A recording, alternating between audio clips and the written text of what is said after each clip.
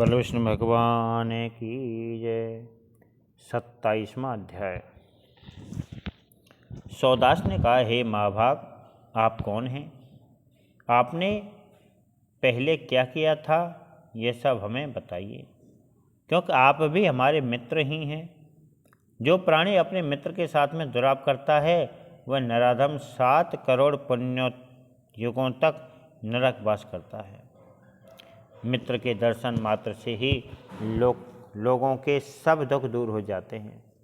इसलिए बुद्धिमानों को मित्र के साथ में दुराप नहीं करना चाहिए।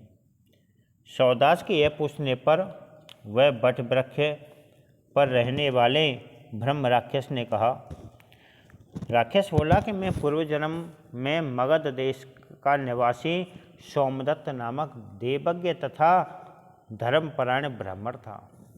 हे महाभाग, मैंने अपनी विद्या के गर्व में गुरु को उदास किया था, उसी कारण मुझे यह परम गति प्राप्त हुई है। मुझे कभी सुख नहीं मिलता।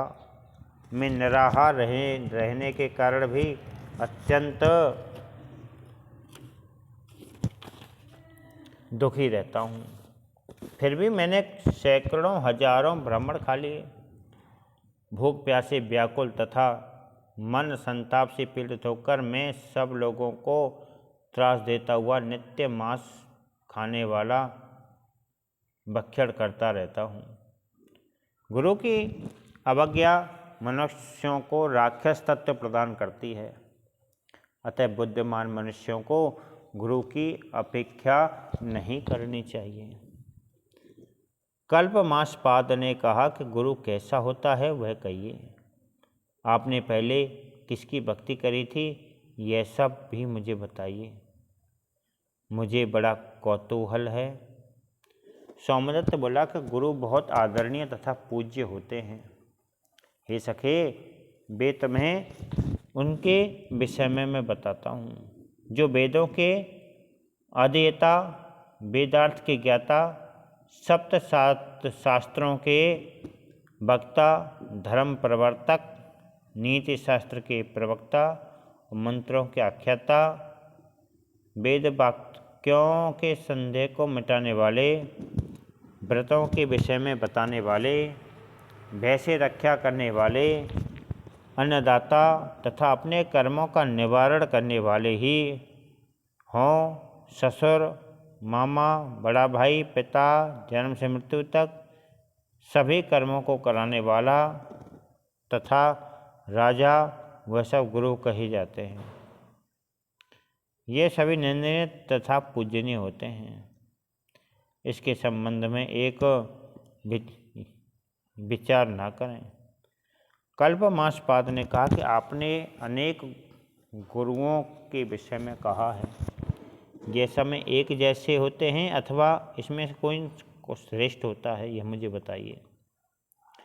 सोमदत्त बोला, हे महाप्राज्ञ, तुम धन्य हो।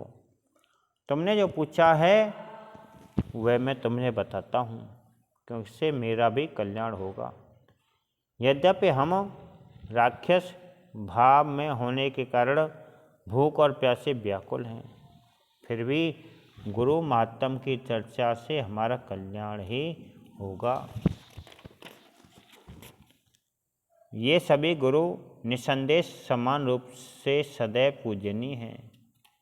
फिर भी मैं तुमसे शास्त्रों का उत्तम सार कहता हूँ। सुनो कि वेदों के अध्यापक, मंत्रों के व्याख्याकार, पिता और धर्म के उपदेशक, ये सब विशिष्ट गुरु कहे गए हैं।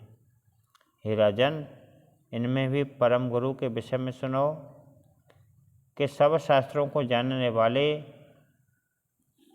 को कहते हैं। धर्मशास्त्र तथा पुराणों का उपदेश करे तथा उन विद्वानों को भी परम गुरु समझना चाहिए। हे राजन, वेद और शास्त्रों का विभाजन करने वाले धर्मात्मा वेदव्यास ने पुराणों में सब धर्मों का वर्णन किया है। जो लोग भक्ति युक्त होकर पुराणों की कथा को सुनते हैं उनकी बुद्धि स्थिर तथा धर्मपरायण होती है। धर्म से पाप नष्ट होते हैं तथा पवित्र ज्ञान की उपलब्धि होती है। जो लोग धर्म, अर्थ, काम और मोक्ष तथा इच्छित फलों की अभिलाषा रखते हैं उन्हें निसंदेह पुराण सुनने चाहिए। मुझे यह ज्ञान गौतम मुनि द्वारा प्राप्त हुआ है। मैं गंगा नदी के मनोरम तट पर सब धर्मों के विषय में पुराण शास्त्र कथन उन्हीं के द्वारा सुना है कि एक समय मैं शिव जी की पूजा कर रहा था। उसी समय वे आ पहुँचे, परंतु मैंने उन्हें प्रणाम नहीं किया। तब उस महाबुद्धिमान तेजस्वी शांत स्वभाव वाले गौतम ऋषि ने मुझे धर्म कर्म करते हेतु देखकर यह सोचकर प्रसन्नता प्राप्त करी कि यह मेरे बताए हुए धर्म मार्ग पर ही चल रहा है। परंतु मुझे पूजा में ही संलग्न जानकर जब शिवजी ने गुरु की आज्ञा देखी तो उन्होंने मुझे राक्षस बना दिया। जो व्यक्ति ज्ञान और अज्ञान में गुरु की अवज्ञा करता है उसके धर्म, धन तथा कल्याण की क्रिया नष्ट हो जाती हैं। जो व्यक्ति गुरु की आदर सहित में पूजा करता है उसे सब संपत्तियां प्राप्त होती हैं। हे राजन, मैं उसी श्राप के कारण जल रहा हूँ। पता नहीं इस शुद्ध अग्नि में कब मुक्ति मिलेगी। तो श्री सूत जी कहते हैं कि हे कल्याणी, तुम भली भांति इस वृक्ष के नीचे बैठ जाओ। इस वट वृक्ष के नीचे धर्म चर्चा करते हुए वे दोनों पाप मुक्त हो गए। तभी वहाँ कलिंग देशवासी गर्ग नामक एक ब्राह्मण आ पहुँचा। उसके कंधे पर गंगा जल रखा हुआ था और वह प्रसन्नतापूर्वक भगवान शंकर के नाम को जप रहा था।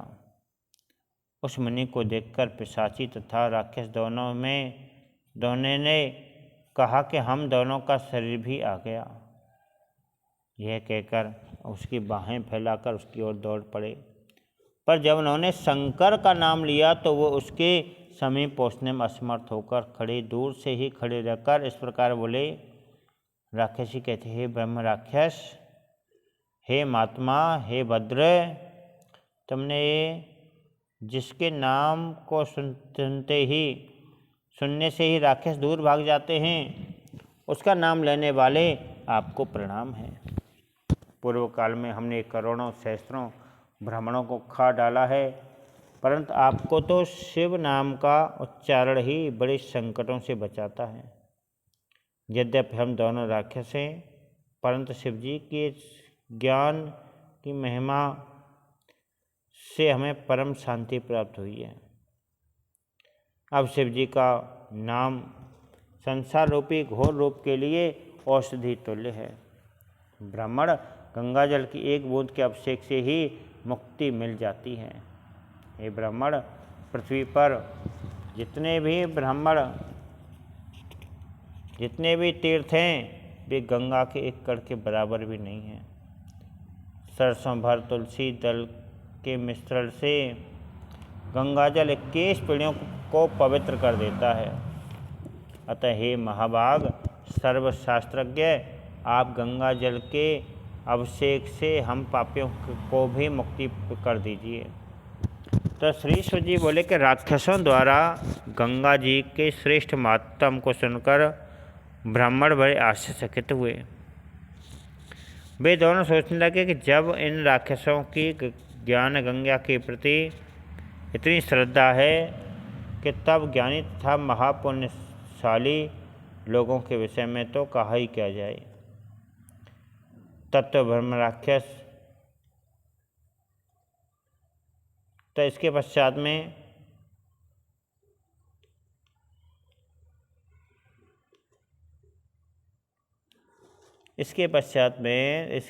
में कृपालु ब्राह्मण ने तुलसी दल मिश्रित गंगा जल उन राक्षस के ऊपर छिड़का। गंगा जल की सरसों के समान बूंद के स्पर्श से ही वह राक्षस अपनी योनि को त्याग कर देवतुल्य बन गया। ब्रह्मणी उसका स्वयं संयत यानी उसका पुत्र और सोमदत्त दोनों ही अपने हाथ में शंख चक्र गदा धारण किए हुए विष्णु स्वरूप को प्राप्त हो गए। इसके पश्चात में वह ब्राह्मण भी नामोच्चारण करता हुआ हरि मंदिर में जा पहुंचा तथा कल्पमासपाद राजा भी अपने पूर्व रूप को प्राप्त हुआ। उस समय राजा अपने मन में अनेक प्रकार के विचार करने लगा तथा अप्रकट सरस्वती महारानी से राजा को दुखी जानकर ऐसे धर्मयुक्त महावाक्य हमें कहें कि हे राजन, तुम बड़े भाग्यशाली हो, तुम्हें दुख नहीं करना चाहिए। राजभोग समाप्त होने पर तुम्हारा परम कल्याण होगा।